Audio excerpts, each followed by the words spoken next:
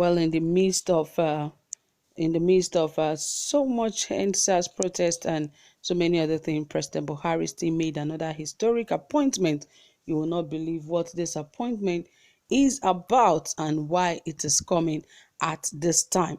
In a historic move, President Muhammad Buhari yesterday, Monday, 2nd of November, presented the chairman of the Independent National Electoral Commission, INEC, Professor Mahmood Yakubu, his second term of office. More details will come to you shortly, guys, but before then, please ensure you subscribe and also give this video a thumbs up and turn on your notification bell so you get notified anytime we drop a new video.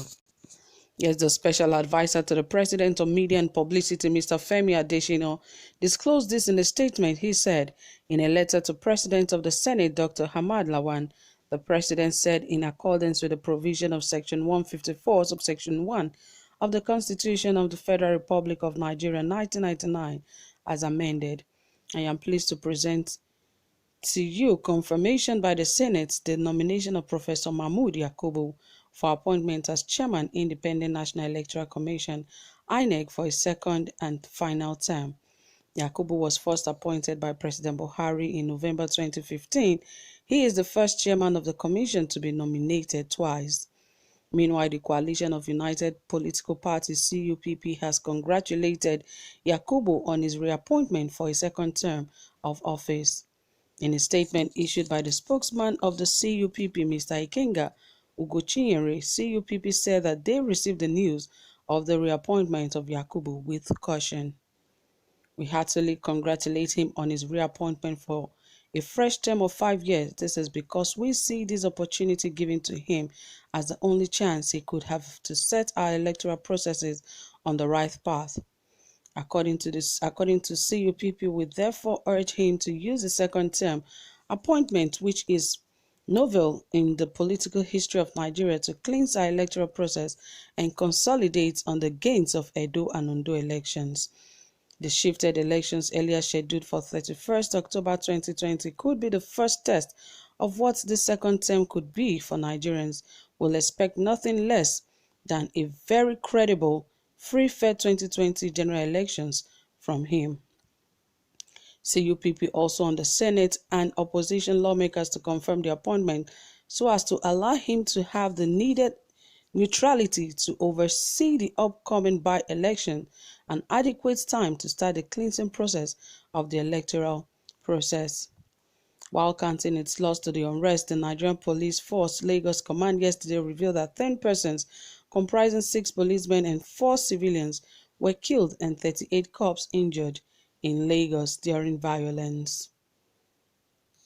Recall that this is coming amid continued unrest across the country in the aftermath of the NSAS protest. The police also said 16 police stations were burnt and 13 vandalized by hoodlums who hijacked the peaceful NSAS protest across the state. Police Commissioner Hakeem Odumosu gave these details on Tuesday, parading 520 suspects arrested for their alleged involvement in the wanton destruction and looting of both private and public properties. According to Odumosu, the 6 policemen killed were ASP Yard Edward, attached to the Detson Police Station, Inspector Layinka Henry Folami of defunct anti-kidnapping unit, Inspector Adegbenro Aderibigbe, attached to Miriam Division, Sergeant Abejide Abiodun of Department of Operations, DOP State Headquarters, and 2 others attached to Orile Division. He said 58 police vehicles were burnt, 13 vandalized, 62 vehicles belonging to individuals and those connected with some pending cases exhibits were burnt, and 9 other vehicles vandalized by the hoodlums. Odumosu also disclosed that 15 motorcycles and tricycles were touched and 65 vandalized at various locations within the state. For public asset destroyed, Odumosu listed High Court Complex, Igbosere, Lagos State, DNA and Forensic Center, Broad Street, Ejigbo, LCDA Secretariat, BRT Terminal, Ido, where 67 buses were burnt, City Hall, Lagos Island, COVID-19 warehouse at Monkey Village, BRT Terminal at Ojodu and Ikotun, Jeremy Felodun, Local Government Secretariat, NPA Head Office, Marina, and FRSC and VIO Office at Ojodu, where only the vehicles parked outside the main building within their compounds were burned. So obviously, you see that things are happening in Nigeria, and our president still feels this is the time to give a reappointment to the INEC chairman, though it is needed because there are more elections to be done, by elections here and there to be organized. But the part where he's being congratulated to set the record straight for that of elections, and correcting the things of the past. I don't think that is necessary, because of course he has been there for 4 years, and definitely if he wants to correct that anomalies in INEC, he should have done that, because even with him there, we've seen a lot of loopholes. We've seen how elections were rigged.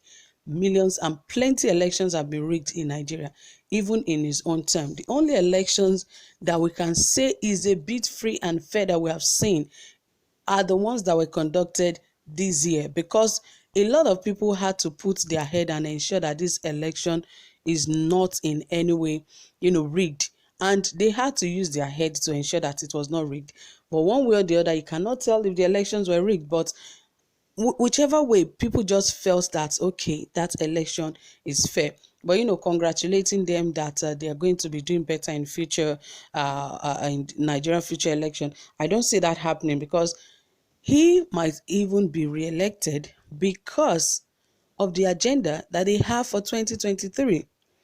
That is why I'm also very scared that this NSAS protest that has actually stopped now, when waiting for 2023, these guys have a lot of strategies to use against the youth of Nigeria, because of course they want to keep them in abject poverty. They want to keep the youth of Nigeria in utter darkness so that they will not see the light.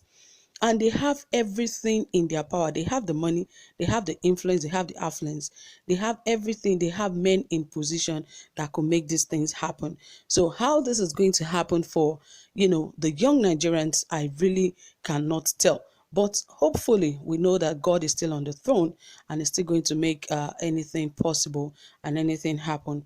I just hope that Mahmoud Yakub, God might also touch his heart to do the right things, because you cannot say the second term could just be for disaster and to cause problems for Nigeria.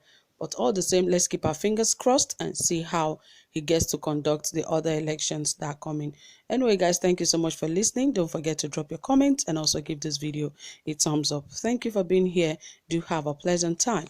Bye for now.